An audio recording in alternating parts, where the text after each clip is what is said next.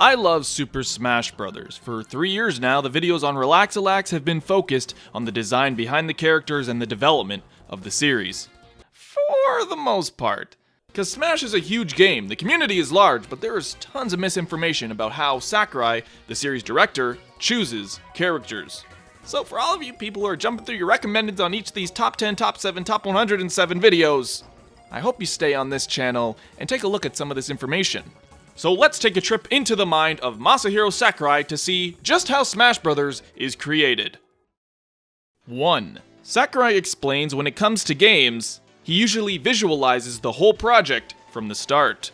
This means he assembles a project document with everything he wants to accomplish in the game before he starts on developing anything. And this can include new characters, stages, modes, Smash Tour! Which is contrary to the popular belief where he adds them whenever a new game comes out or if he just wants a new character. The only cases where he added someone really late was Sonic in Brawl, and he delayed the whole game. And the DLC characters in Smash for Wii U and 3DS, but that's obviously different. Also, he only cuts characters in development if they pose some sort of technical limitation, like with the Ice Climbers. Clones are a different story, however, as they come up with potential characters they could put together with low resources, which basically means they recycle moves and movesets and models from other characters. You hear that, son? You copied me. You bitch. Sakurai thinks of it as instead of spending all this time on one new character, several clone characters can be added to flourish out the roster. So no, he doesn't choose this abomination because he thought he deserved it. Never think you deserved a spot. 2. It's often questioned just what the process is for how Sakurai chooses characters for each of the Smash games. Sometimes he's just unpredictable. However, my friend Push Dustin is sort of a Sakurai expert at this point. He's been able to fine-tune Sakurai's words and actions to see just how he decides on characters. In his GDC 2008 slides, Sakurai flat out states rules for character selection. The character must display personality in the game. It's important to have something only they can do. Potential development issues and game balance are taken into consideration. Distribution among franchises is also taken into consideration. In another Famitsu column, Sakurai describes seeing these things as a character dancing in his mind, where he sort of sees the character come to life in Smash Bros. While staying true to their core traits. In the same GDC slides, Sakurai confines these traits into a sort of character pitch that defines what they're all about in one short phrase. Meta Knight's the pointy sword dancer, Ike the burly swordsman, Snake the heavy weapons specialist, and Zero Suit Samus as the flexible martial artist. Flexible is a great choice of words, Sakurai. 3. Get ready for the pluggiest of self-plugs. Now, let me read you a bedtime story. In my series Know Your Moves, I've gotten the chance to explore characters and get a better feel for how Sakurai designs them. In Smash 4 and Brawl in particular, many characters that were chosen had unique traits that made their gameplay truly unique to Smash. Wario, instead of appealing to his Wario Land series of games, has his movements and moves related to WarioWare, with those fast-paced, wacky microgames. Pac-Man was a tribute to arcade gaming with arcade gaming mechanics in his moves. Little Mac was intrinsically designed with the orthodox boxing stance in mind, and actual physics for throwing a punch. Olimar's Pikmin mechanic echoes the micromanagement gameplay of the Pikmin games. Rosalina was designed to resemble the Galaxy games in her movement and anti-gravity mechanics. And also Chico.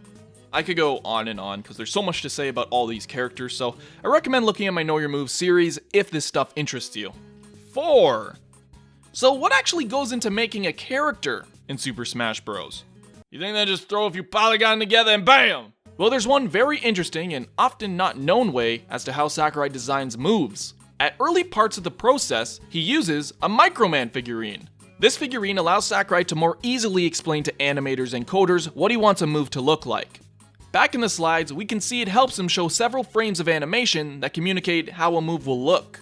Sakurai actually takes pictures of the poses and comprises movesets based on 30 to 50 of them. In a game like Smash, communicating silhouettes is extremely important when it comes to move design. As you probably know, playing those hefty 4-player or 8-player Smashes that you'll be really zoomed out and you'll need to see what a move does from quite far away. 5. We know Sakurai chooses characters from the start of development, but what about ones he doesn't even know exist? In some cases, Sakurai has to add characters to the next Smash that may not even be completed in their own games yet. It's not unlikely that Smash could share a development period with another game, so it does happen. So in the past, for example, we saw characters like Roy in Melee with his game coming out in 2002, and Ike and Lucario in Brawl.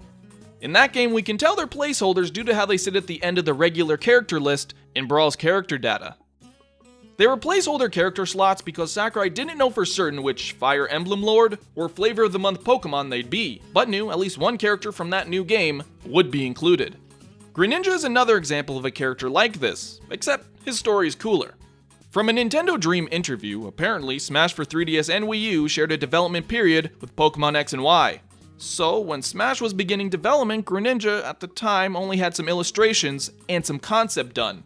He didn't even have a name yet. However, when Sakurai went to the Pokemon Company, got the illustrations, and headed home, he took the basic idea of a water-type frog ninja and came up with all the moves by 12 AM the same night. I think it's safe to say he has the coolest job ever. 6. Of course, some characters can't always make the cut, and some bite the dust before they can be fully realized.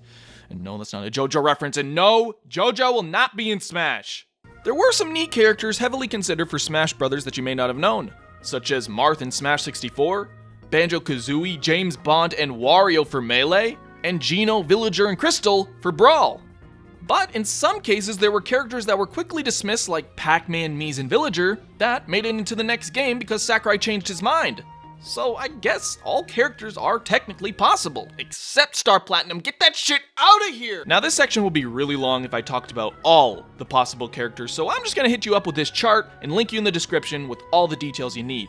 So check it out if you want to wince at the sight of Geno momentarily being considered for Smash 4. Let's hit on some third-party characters. I've always liked you, Pokemon.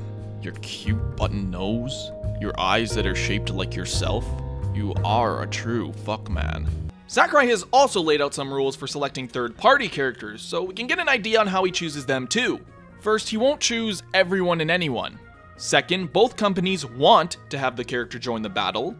And third, the character must carry some significant game history with them. So basically, we can see this is the case with many of the third-party characters chosen, because now we have all these legendary gaming icons battling it out against Dark Pit. Even though Sakurai sees the importance of adding these characters, he doesn't agree that he should just keep adding on and on and on, because then it would just get messy. So to summarize, characters like Goku and Shrek, probably not gonna happen. However, potential gaming icons like Minecraft Steve and Lara Croft could see an appearance if the companies agree. I like that. But I don't like that. Go away. Well folks, those are 7 facts on the development of Smash Brothers characters.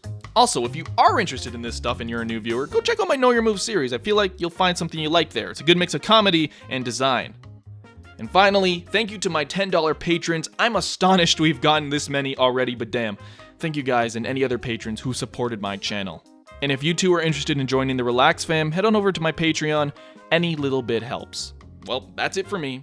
Thank you guys. Take it easy, folks, and I'll see you on the flip side.